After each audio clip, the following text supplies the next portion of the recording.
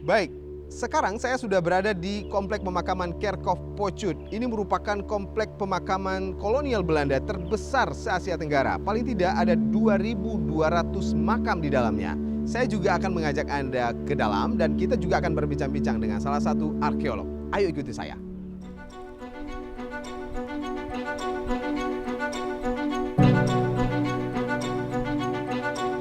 Baik, saat sekarang saya sudah berada di dalam komplek makam dan saat sekarang juga saya berada tepat di sisi makam Kohler.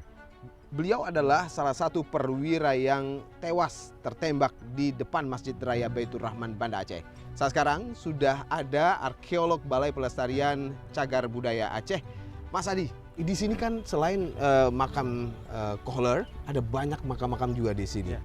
Dari sisi area, luas area dan jumlah orang yang dimakamkan di sini termasuk yang terbanyak di Asia Tenggara. Itu pun sebetulnya yang tercatat hanya sekitar 2.200 kalau saya tidak salah, tetapi di luar itu masih banyak yang tidak tercatat. Seperti misalnya ketika terjadi wabah kolera tahun 1874 pada saat agresinya yang kedua, itu ada terjadi wabah dan ada ratusan prajurit katanya yang tewas, dikuburkan massal dan itu tidak ada catatannya. Di komplek makam ini semuanya tentara Belanda atau ada juga yang bukan tentara sebenarnya, Mas Adi? Jadi seperti tadi saya ceritakan, ada selain makam-makam kolonial Belanda, ada juga makam lain di sini yang punya cerita penting, yaitu makam Murah Pupo, yang justru sebetulnya yang menjadi latar belakang penamaan kompleks ini. Kan kompleks makam ini kompleks makam Kerkhof Pecut. Iya. Pecut itu kan kata bahasa Aceh. Itulah yang menjadi latar belakang penamaannya, dan masih ada makamnya di sini. Oke.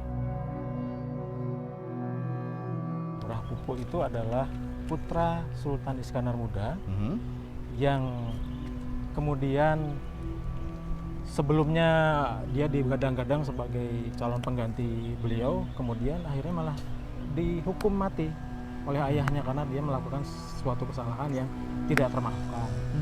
Itu ceritanya.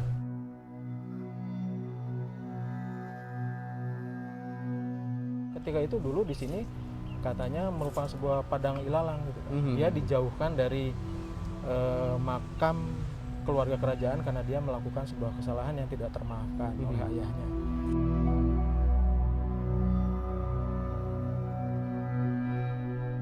Jadi salah satu tokoh yang menarik untuk diceritakan di sini adalah tokoh yang menjadi latar belakang penamaan kampung Blower.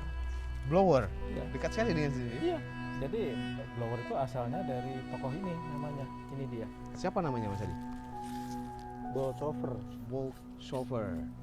Jadi Iya. Bolchover itu kemudian nama berubah karena dialeknya pelafalannya kemudian menjadi blower. Itu si beliau ini tuan tanah dulu.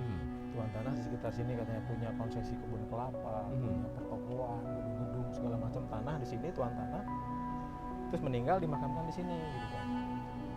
Entah bagaimana ceritanya kok jadi mungkin karena dia memang tuan tanah di sini, Tuan Bolchover lama-lama jadi tuan blower kan. Kampungnya jadi kampung blower gitu ya.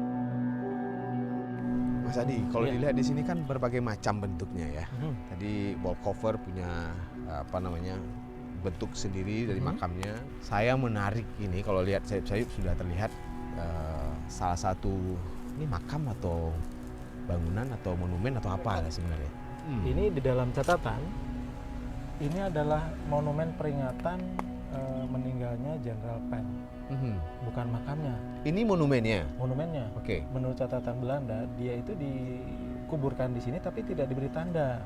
Kalau saya nggak salah, tokoh sejarah Aceh itu bilang gini, Jenderal Pen ini sengaja tidak diceritakan dia di mana karena menghindari malu gitu kan. Kemungkinan besar dia meninggalnya tewas di medan pertempuran.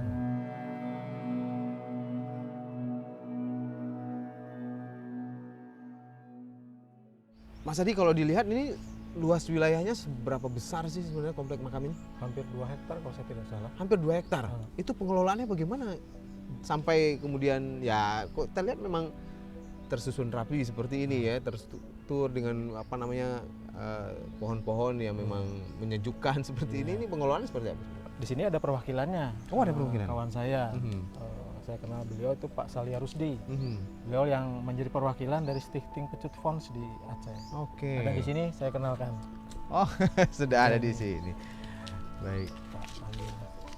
Makasih Pak Salia. Iya. Wah, luar biasa. Ini kalau boleh tahu gimana sih Pak pengelolaannya sampai sekarang ini? Karena kan jumlah makamnya cukup banyak di sini, luas wilayah luar biasa juga besar. Bagaimana proses pengelolaannya Pak? Ya, pengelolaan terkait dengan komplek pekuburan Kerkop ini itu melibatkan banyak instansi.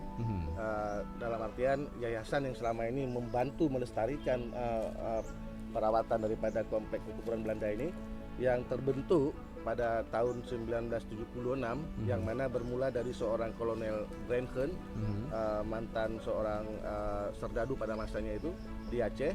Dan setelah itu beliau mengunjungi Indonesia, khususnya Aceh untuk pertama sekali pada tahun 1970 dan melihat komplek pekuburan ini tidak terawat dengan baik dan banyak hewan ternak di sini. Jadi beliau prihatin dan selanjutnya beliau menggalang dana di negeri Belanda dan memprakarsai terbentuknya Stichting Pecut Fonds atau Yayasan Dana Pecut yang selama ini eksis terkait dengan membantu pemerintah dalam hal pelestarian komplek pekuburan ini. Yang mana pada masa itu beliau membuat hubungan dengan Gubernur Aceh, juga dengan instansi lokal lainnya terkait dengan pemeliharaan ini dan hingga seperti sekarang. Jadi sekarang tidak hanya apa namanya yayasan saja, tapi juga pemerintah ikut melestarikan komplek ini gitu ya Pak? Iya benar. Jadi sebenarnya komplek ini merupakan tanggung jawab daripada pemerintah untuk melestarikannya karena monumen ini adalah monumen milik pemerintah Indonesia yang mana masa perang telah lewat dan ini adalah bukti kegigihan orang Aceh dalam melawan kolonial. Peninggalan masa penjajahan kolonial Belanda tidak hanya berupa bangunan, jembatan, dan struktur masif lainnya. Komplek pemakaman seperti ini juga dapat dilestarikan sebagai bagian untuk mengenang masa lalu penjajahan tersebut. Dan komplek pemakaman Kerkop Pocut di Banda Aceh ini merupakan landscape yang menceritakan masa lalu kolonial tersebut. Mari kunjungi, lindungi, dan lestarikan. Wassalamualaikum warahmatullahi wabarakatuh.